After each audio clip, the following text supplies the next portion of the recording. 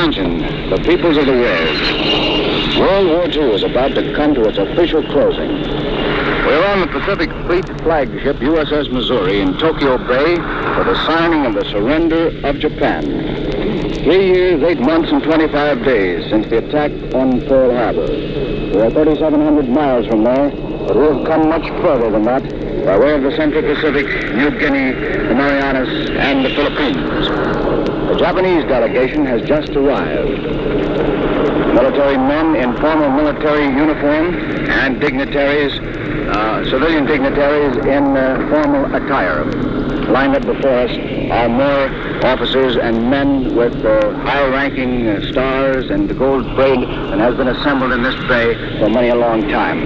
The deck of the Missouri stretches out before us. We're on the veranda deck. Its great guns are pointed skyward to allow more room for the Army, Navy, Marines, and the representatives of the nations who are here. The United States, of China, the United Kingdom, Union of Soviet Socialist Republics, Australia, Canada, France, Netherlands, and New Zealand. An interesting note here for a moment. The Navy and Marine personnel, former prisoners of war who are here for this surrender ceremony, are Commander A.L. Maher, who is a surviving officer of the USS Houston, a prisoner since May 6, 1942. Lieutenant J.W. Condit. He is a member of the Yorktown's Torpedo 5 Squadron, a prisoner since September 1943. First Lieutenant William F. Harris, a Marine from Corregidor, since August 4, 1943 in Japan. Machinist Mate Second Class L.C. Shaw of the Navy, a survivor of the USS Grenadier. Lieutenant General Jonathan Wainwright is here, he who surrendered at Corregidor and Bataan, and General Arthur Percival, who surrendered at Singapore. With General Wainwright are his staff. Brigadier General Lewis Beebe is Chief of Staff. Colonel John Prager, one of his aides, Lieutenant Colonel Thomas Dooley, and his orderly, Sergeant Hubert Carroll. Planes have been flying overhead. The day is quite cloudy. A mist surrounding the mountains that come down to form Tokyo Bay. Before us here are flags. Oh, here comes the Supreme Commander of the Allied Forces, General of the Army, Douglas MacArthur. With him, Fleet Admiral Chester Nimitz and other dignitaries. General MacArthur is now facing the microphones. He is about to start his speech, which explains the signing, surrender, and also calls representatives of the major warring powers to conclude a solemn agreement whereby peace may be restored. The issues involving divergent ideals and ideologies have been determined on the battlefields of the world, and hence are not for our discussion or debate. Nor is it for us here to meet, representing, as we do, a majority of the peoples of the earth in a spirit of distrust, malice, or hatred. But rather it is for us, both victors and vanquished, to rise to that higher dignity which alone befits the sacred purposes we are about to serve, committing all of our peoples unreservedly to faithful compliance with the undertakings they are here formally to assume. It is my earnest hope, and indeed the hope of all mankind, that from this solemn occasion a better world shall emerge out of the blood and carnage of the past. A world founded upon faith and understanding. A world dedicated to the dignity of man and the fulfillment of his most cherished wish for freedom, tolerance, and justice.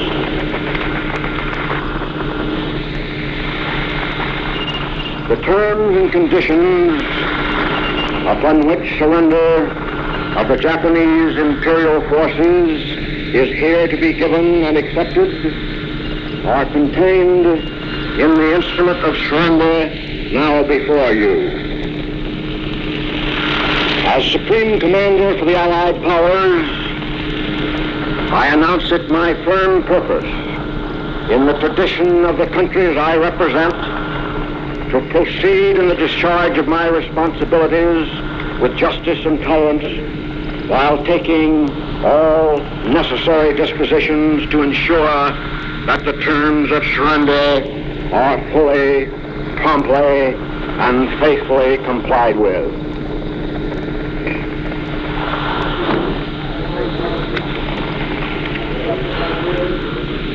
Of the Emperor of Japan and the Japanese government and the Japanese Imperial General Headquarters to sign the instrument of surrender at the places indicated. Mr. Mamoru Shigemitsu, Foreign Minister of the Japanese government, is stepping forward now to sit down at the table and sign the instrument of surrender. His will be the first signature on behalf of the Emperor of Japan, surrendering all Japanese armed forces and committing the Japanese people to obey all orders of Supreme Commander MacArthur through the office of the Japanese Emperor. Shigemitsu limps. He has a wooden leg, apparently. He is dressed in formal attire of the Foreign Office. He came aboard just a few minutes ago. There's a question about Shigemitsu here, since he was a member of the War Cabinet and more recently was put into the new Peace Cabinet of the Japanese government. He perhaps might be examined later as a war criminal, although that point can be brought up at a later time. Now we're waiting. The Foreign Office assistant has prepared the papers. Here comes Mr. Shigemitsu, who had found something wrong with arrangements. General MacArthur is standing behind the microphones over which he just talked. He's waiting. Here comes Mr. Shigemitsu now. He's pulling up to the table, pulls the chair back, and he's about to sit down. He is studying the document carefully. Something about it doesn't like. He's having a little difficulty sitting down because of his wooden leg. He takes off his silver top hat, pulling off his gloves. He's wearing yellow gloves. His assistant is helping him prepare his papers. Mr. General MacArthur is looking around. He's annoyed by a little slowness. He points to his Chief of Staff, Lieutenant General Richard Sutherland, to go up and help Mr. Shigemitsu prepare everything. This is going a little slower than planned, and the General is possibly a little bit irked because he wanted this to be efficient and rapid in the American custom. General MacArthur is waiting. He's looking down on Mr. Shigemitsu. Mr. Shigemitsu looks at his watch for some reason, consults some papers in his pocket. He's looking for pens. Now he's got another watch. He's checking two watches. At last he's got a pen out and he's preparing to do something, although he hasn't yet faced himself up to the surrender document. Here he is. He's trying to get some ink out of a pen holder which has no ink in it. The Japanese do not have any. Mr. Shigemitsu has some ink in his pen, and he's ready to sign the document. He's leaning over the paper now. This document is a huge thing. It measures about 1.5 feet long by 1 foot wide. It's printed up in beautiful bold type. We can almost read it from here. Mr. Shigemitsu is affixing his signature to the official surrender document, turning over the Japanese Army armed forces and committing the people of Japan to obey the orders of General MacArthur through the office of the Emperor. We have an imperial declaration here for us, by which the Emperor commits himself, his government, his armed forces, and his people to obey all the instructions on this instrument of surrender. The instrument of surrender is quite general. It will be turned over to the Japanese in General Order Number 1, which General MacArthur will hand them in just a few minutes. This instrument of surrender deals with the method by which the Army, the Navy, and the Air Forces will surrender their arms. Here's another signature. Mr. Shigemitsu is doubly signing. There's two documents here, of course, one copy for Japan and one copy for the Allies. Mr. Shigemitsu has signed the American copy. He is now signing the Japanese copy. He's leaning over and affixing his signature. I can almost watch him spell his name out for you. Here's the S-H-I. Eyes hesitated again. He's closing up his pen. I guess I missed it. I'm sorry. We're a little bit blocked off by the line of dignitaries in front of us, which includes all the signers for the Allied powers. I'll call them off for you, one by one, as they come up to the microphone. Mr. Shigemitsu has finished, and immediately behind him is General Yoshijiro Yumetsu, Chief of Staff of the Japanese Army Headquarters. General Yoshijiro Yumetsu, who will sign for the Japanese Army and all the Japanese armed forces as personal representative of the Emperor of Japan. General Yoshijiro Yumetsu sits down. He's having no trouble with his fountain pen. In fact, he's in very much of a rush. He's sitting down and he's scribbling his name across the American document. He'll lean over in a second and scribble his name across the copy prepared for the Japanese. One copy is bound in gray. It's a beige color, really, sitting on top of the table down there. The other is bound in black. If the black copy is for the Japanese, it is certainly in effect because their nation is in mourning today on this tragic day in their history, and they all are looking extremely grim, as if they were attending a funeral. One of the Japanese officers, as he came aboard the ship, was seen to wipe tears away from his eyes. I know him. He's one of the colonels that was sent to Manila for the signing down there, and he is not very happy about the whole thing. Mr. Shigemitsu was watching Japanese General Yoshijiro Yumetsu sign, and he has a very stern, bearing look on his face. In fact, all the Japs' faces show strong muscular tenseness around the jaw. This ceremony is not at all pleasing to them, and yet at the same time I must say that the victors, the allies gathered here, the admirals, the generals, and those men, those correspondents who represent the newspapers and radios of the world, there isn't a man here who has any feeling of exultation. Everyone is glad it's over. General Sutherland is just turning around the document now because General MacArthur is next to sign. Both Japanese delegates have signed. They have officially committed themselves, the Emperor, the armed forces, and the people of Japan, to obey all the orders of General MacArthur as Supreme Commander to be issued through the office of the Emperor. The Allied powers will now sign on behalf of all the nations at war with Japan. Will General Wainwright and General Percival step forward and accompany me while I sign? General MacArthur is just sitting down, and Lieutenant General Jonathan Wainwright, Hero Commander of Bataan and Corregidor, and Lieutenant General Arthur Percival, the British commander at Singapore, have stepped up behind him right at the document table. General Wainwright is assisting General MacArthur to sit down. General MacArthur takes one of the two official pens from the table, and here's his hand, It has started the D. D. O. U. He's writing very deliberately. His hand is shaking. He's bothered by emotion. That is obvious. General MacArthur is bothered by emotion, but he is doing a magnificent job of carrying this thing out. He's writing his name now. There is his first name. Here it comes. He's turned around. He's talking to Wainwright for just a second. He's giving General Wainwright the pen that he has just signed the document with. He has given the first pen to Lieutenant General Jonathan Wainwright, the Hero Commander of Bataan and Corregidor. Now he is completing his signature on the two documents, and he turns the second pen. He used two pens. He turned the second pen over to Lieutenant General Arthur Percival, the commander of Singapore when the Japanese took that British base. At last, these two commanders who suffered such ignominious defeats out here because their lives were not ready, at last these two commanders see the final, ultimate victory of the powers they represent. General MacArthur is turning over now and signing the other copy with another pen. This third pen, as I gather, is just strictly a Navy GI pen on board the ship. The first two were silver-plated pens specially presented for the occasion. General MacArthur is having a little difficulty moving around with this big instrument of surrender document, and he has finally got it squared away, and he's signed. He has signed both. He's checking now on the signatures and plotting. He's got another pen yet. He is signing with yet another pen. This is the fourth pen to be used on the document. Apparently this pen is for some special purpose, and it wouldn't surprise me in the least if it was sent to the President of the United States. General MacArthur is using a fifth pen. Everyone's going to get a pen out of this surrender document. And here comes one of the big B-29s, which I suppose is the leader of the flight which was to put on a demonstration of air power here over the bay this morning. The weather is miserable for a demonstration of air power. The cloud ceiling is not more than about 1,500 feet. But everything is going according to plan. General MacArthur has finished signing. Lieutenant General Jonathan Wainwright and General Percival have saluted him, and General MacArthur is back to the microphone. The representative of the United States of America will now sign.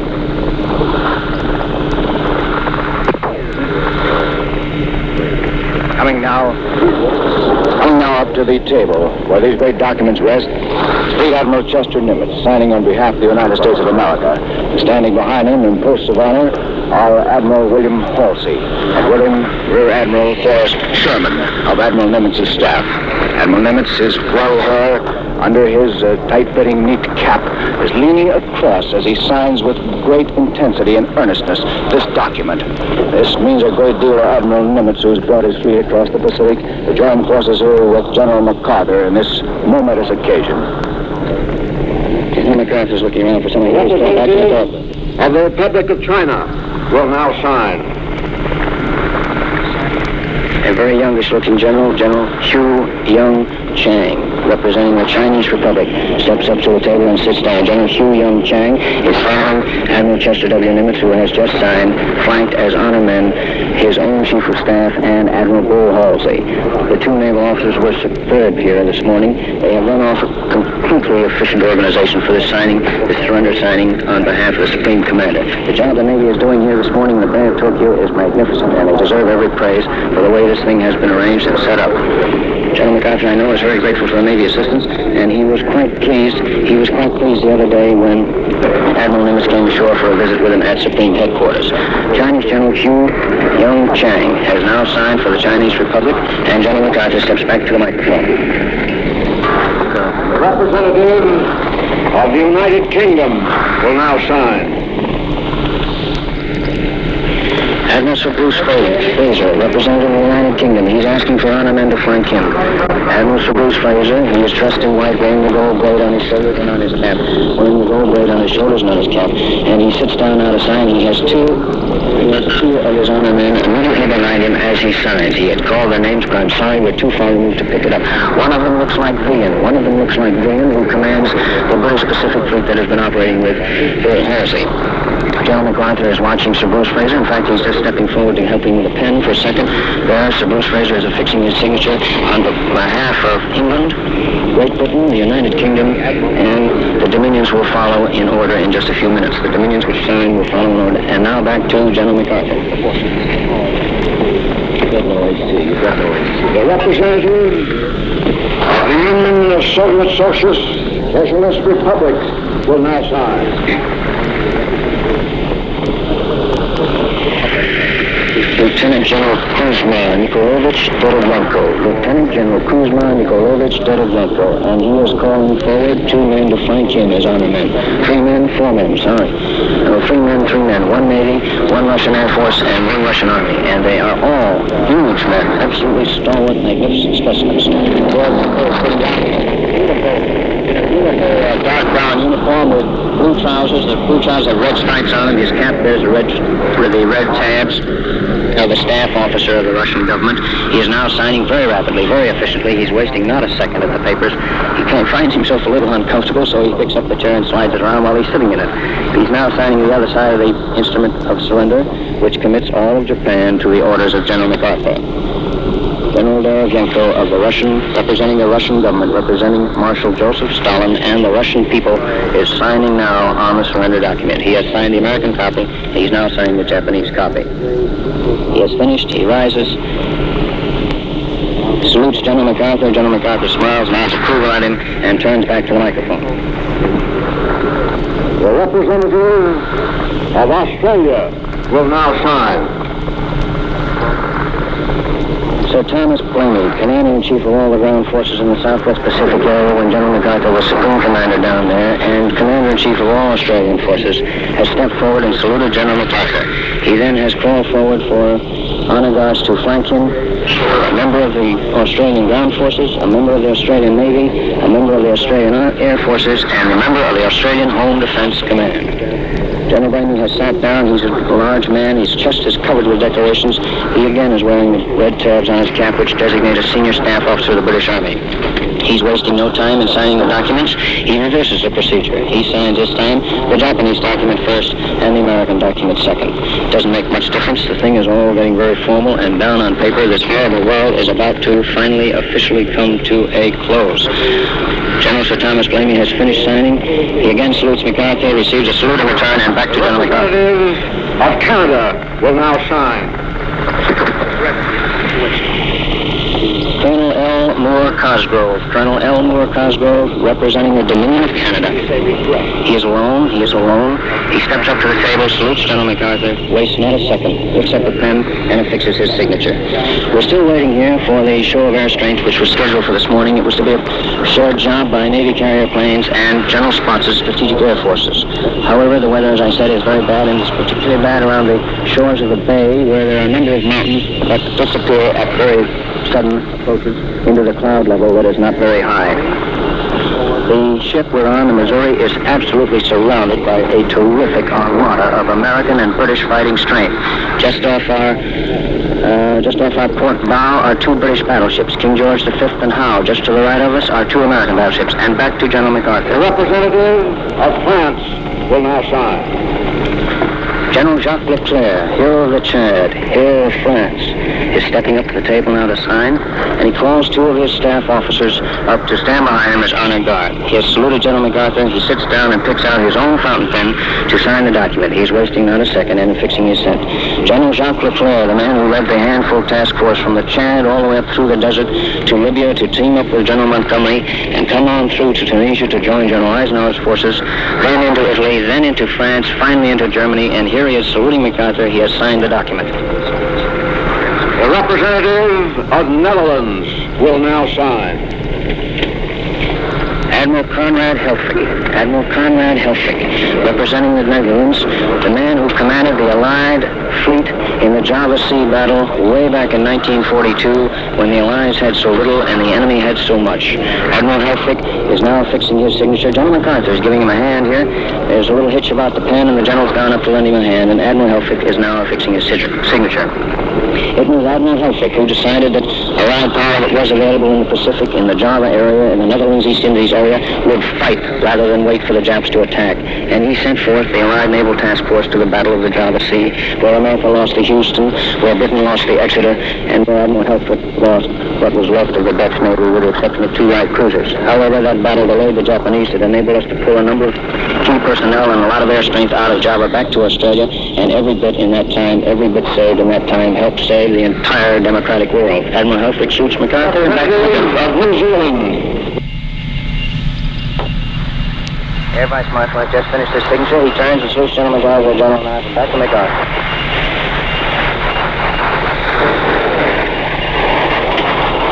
Let us pray that peace be now restored to the world, and that God will preserve it always. These proceedings are closed. And so now we have peace in the world. Symbolically, during the latter part of the signing of the document by the representatives of these allied nations, the sun, which had been behind the clouds here at Tokyo Bay during the early morning, up to almost the very end of the signing, came through the clouds and we had sunshine. And it shone down on the assembled might of the vast allied fleets here in this broad stretch of water. Old Mount Fujiyama, which has seen many strange things in this strange land, has looked down now upon one of the most momentous surrenders in all the history of the world. Perhaps, and let us hope that this is the last surrender.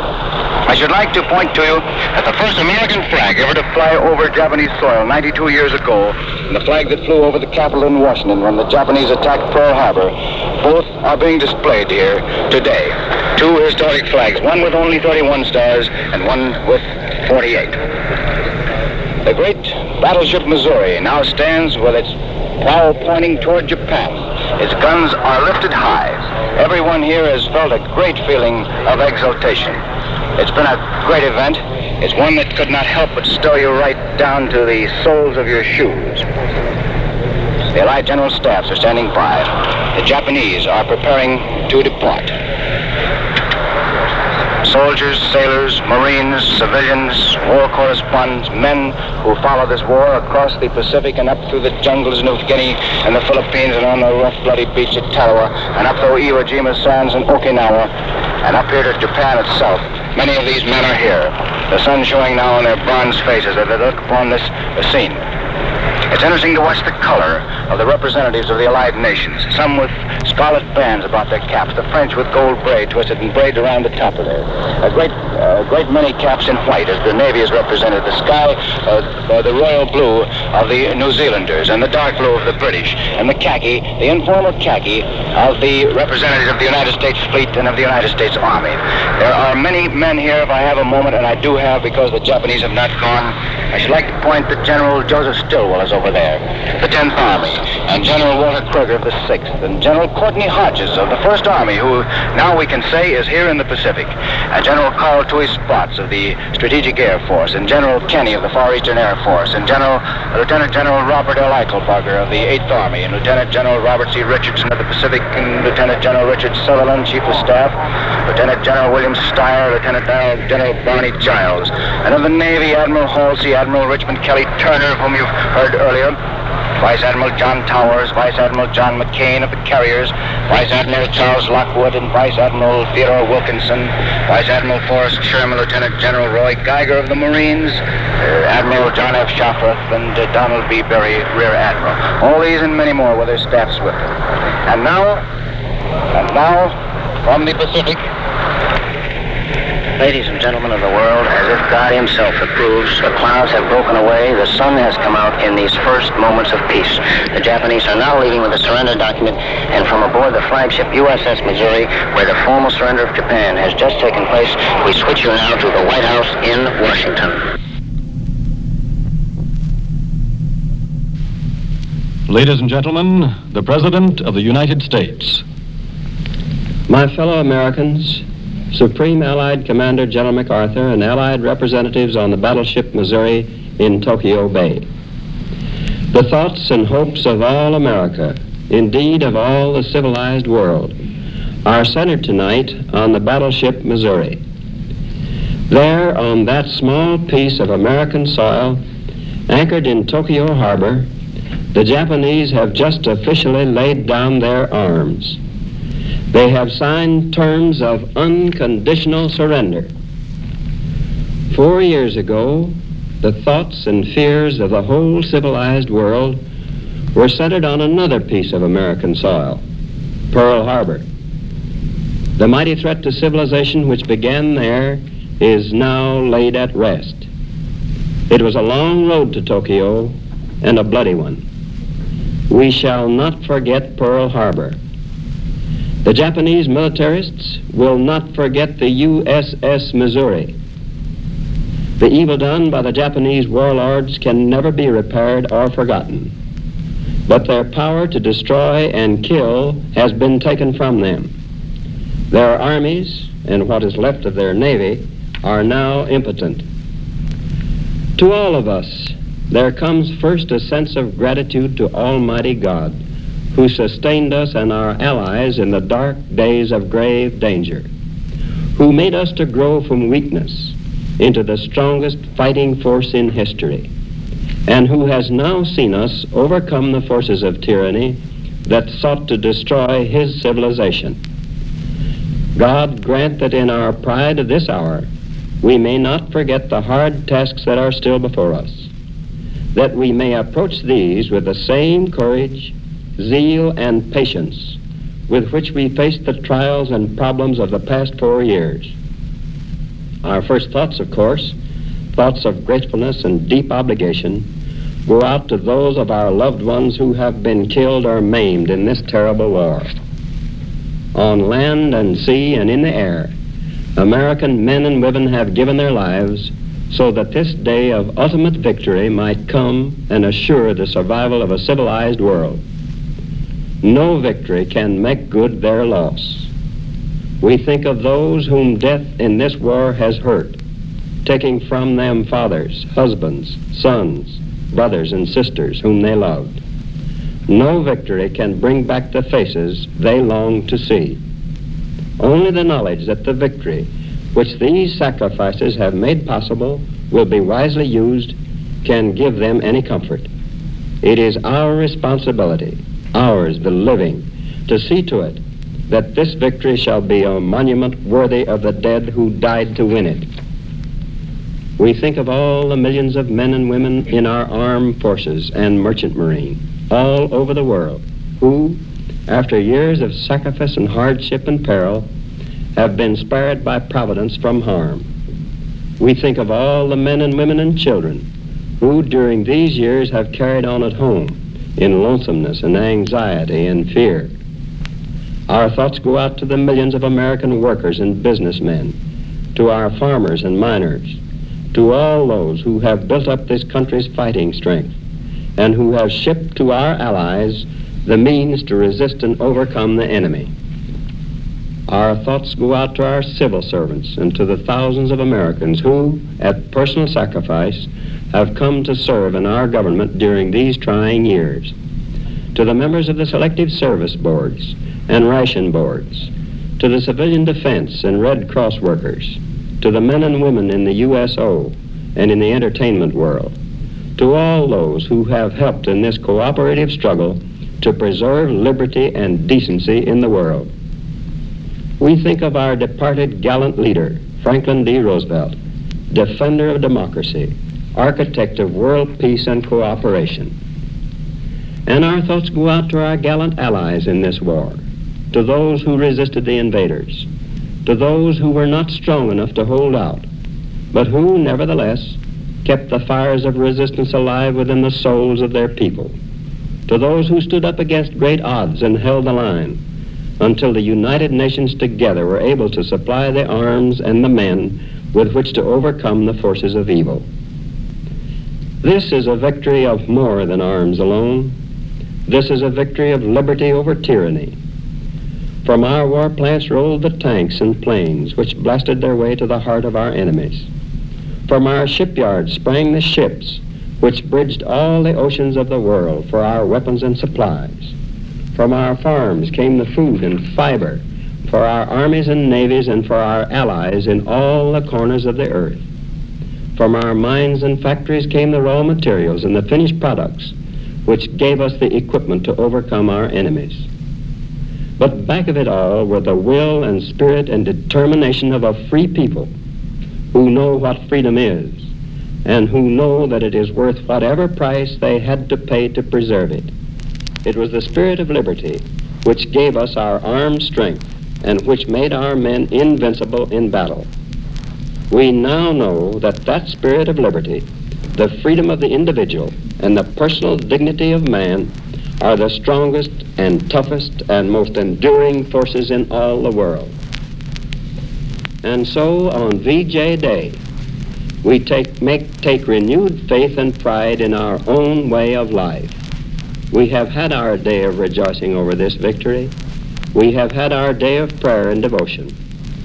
Now let us set aside VJ Day as one of renewed consecration to the principles which have made us the strongest nation on earth and which, in this war, we have striven so mightily to preserve. Those principles provide the faith, the hope, and the opportunity which help men to improve themselves and their lot. Liberty does not make all men perfect, nor all society secure, but it has provided more solid progress and happiness and decency for more people than any other philosophy of government in history.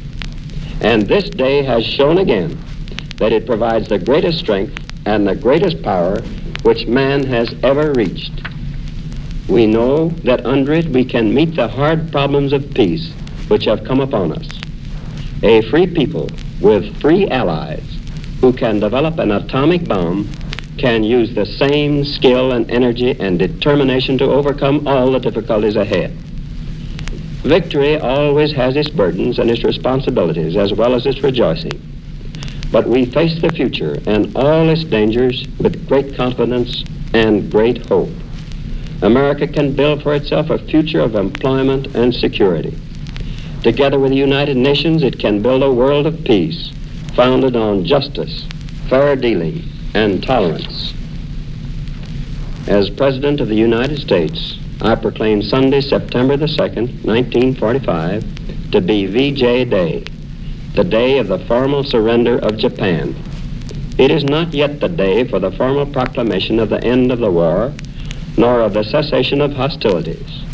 But it is a day which we Americans shall always remember as a day of retribution, as we remember that other day, the day of infamy. From this day we move forward. We move toward a new era of security at home. With the other United Nations, we move toward a new and better world of cooperation, of peace, and international goodwill.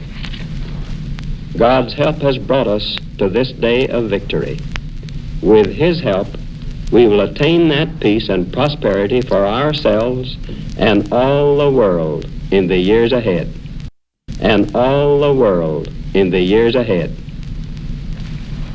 We take you now from the White House in Washington to the Supreme Commander of Allied Forces, General of the Army, Douglas MacArthur. My fellow countrymen, today the guns are silent. A great tragedy has ended. A great victory has been won.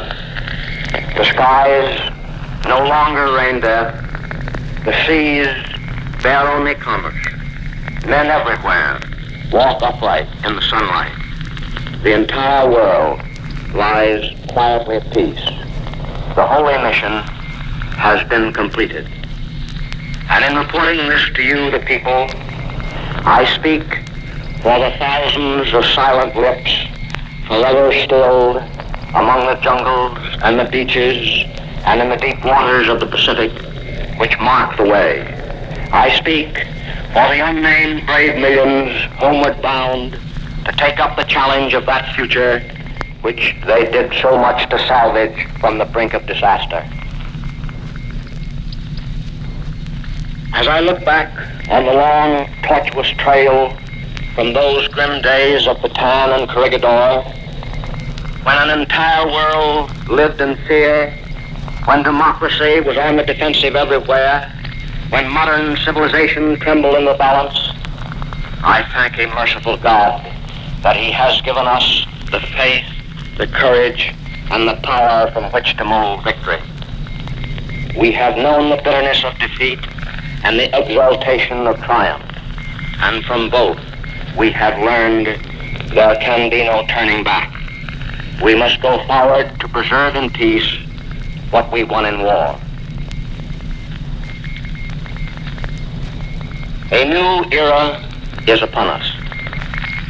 Even the lesson of victory itself brings its profound concern, both for our future security and the survival of civilization. The destructiveness of the war potential through progressive advances in scientific discovery has, in fact, now reached a point which revises the traditional concept of war.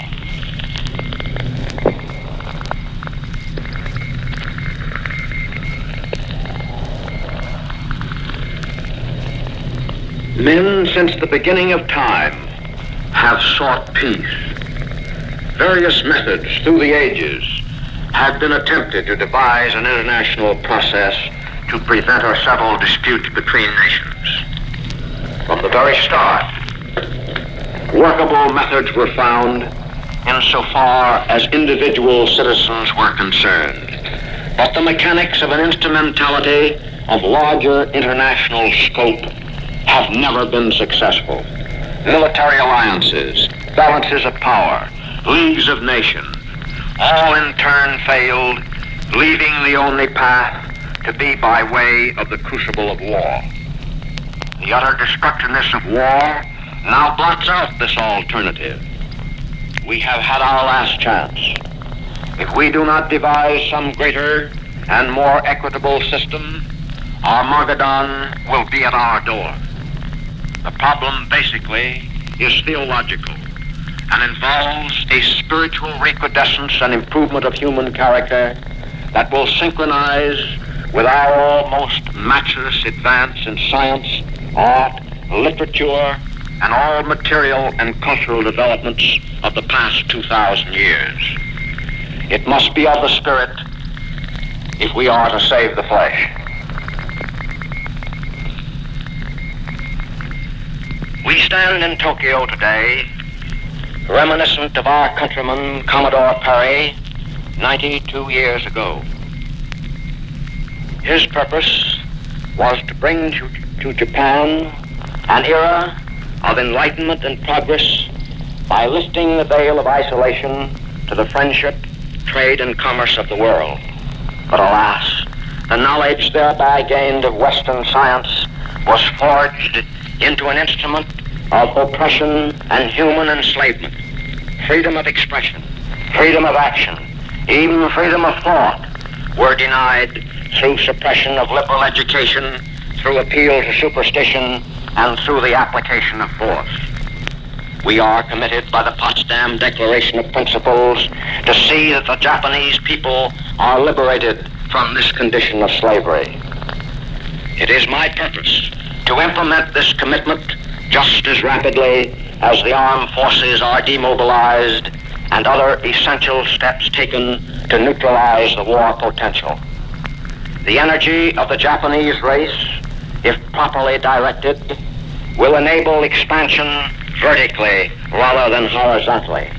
If the talents of the race are turned into constructive channels, the country can lift itself from its present deplorable state into a position of dignity.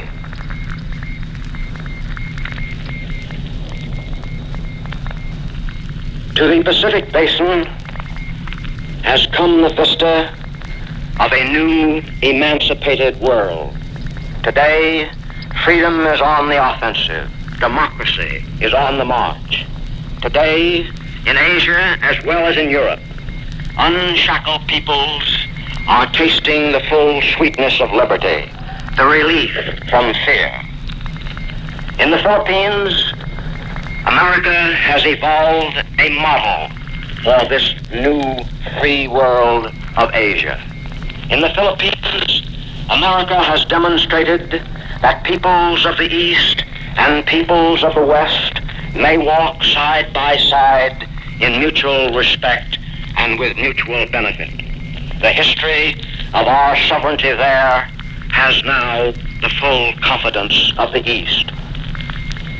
And so, my fellow countrymen, today I report to you that your sons and daughters have served you well and faithfully with the calm, deliberate, determined fighting spirit of the American soldier and sailor, based upon a tradition of historical trait as against the fanaticism of an enemy supported only by mythological fiction. Their spiritual strength and power has brought us through to victory. They are homeward bound. Take care of them. That was General of the Army Douglas MacArthur, Supreme Commander of the Allied Powers. We will now hear Fleet Admiral Chester W. Nimitz, United States Navy, the Commander-in-Chief of the United States Pacific Fleet. On board all naval vessels at sea and in port, and at our many island bases in the Pacific, there is rejoicing and thanksgiving. The long and bitter struggle which Japan started so treacherously on the 7th of December 1941 is at an end. I take great pride in the American forces which have helped to win this victory. America can be proud of them. The officers and men of the United States Army, Navy, Marine Corps, Coast Guard, and Merchant Marine who fought in the Pacific have written heroic new chapters in this nation's military history. I have infinite respect for their courage, resourcefulness, and devotion to duty. We also acknowledge the great contribution to this victory made by our valiant allies. United we fought, and united we prevail. The port of Tokyo, which was first opened by Commodore Perry in 1853, is now crowded with United States men of war. The process of bringing Japan into the family of civilized nations, which was interrupted when Japan launched her program of conquest, will soon begin again. Today, all freedom-loving peoples of the world rejoice in the victory and feel pride in the accomplishments of our combined forces. We also pay tribute to those who defended our freedom at the cost of their lives. On Guam is a military cemetery in a green valley not far from my headquarters. The ordered rows of white crosses stand as reminders of the heavy cost we have paid for victory. On these crosses are the names of American soldiers, sailors, and Marines: Culpeper, Tomino, Sweeney, Bromberg, Depew, Malloy, Ponziani, names that are a cross-section of democracy. They fought together as brothers in arms. They died together, and now they sleep side by side. To them we have a solemn obligation. the obligation to ensure that their sacrifice will help to make this a better and safer world in which to live. To achieve this, it will be necessary for the United Nations to enforce rigidly the peace terms that will be imposed upon Japan. It will also be necessary to maintain our national strength at a level which will discourage future acts of aggression aimed at the destruction of our way of life. Now we turn to the great tasks of reconstruction and restoration. I am confident that we will be able to apply the same skill, resourcefulness, and keen thinking to these problems as were applied to the problems of winning the victory. Ladies and gentlemen, our national anthem.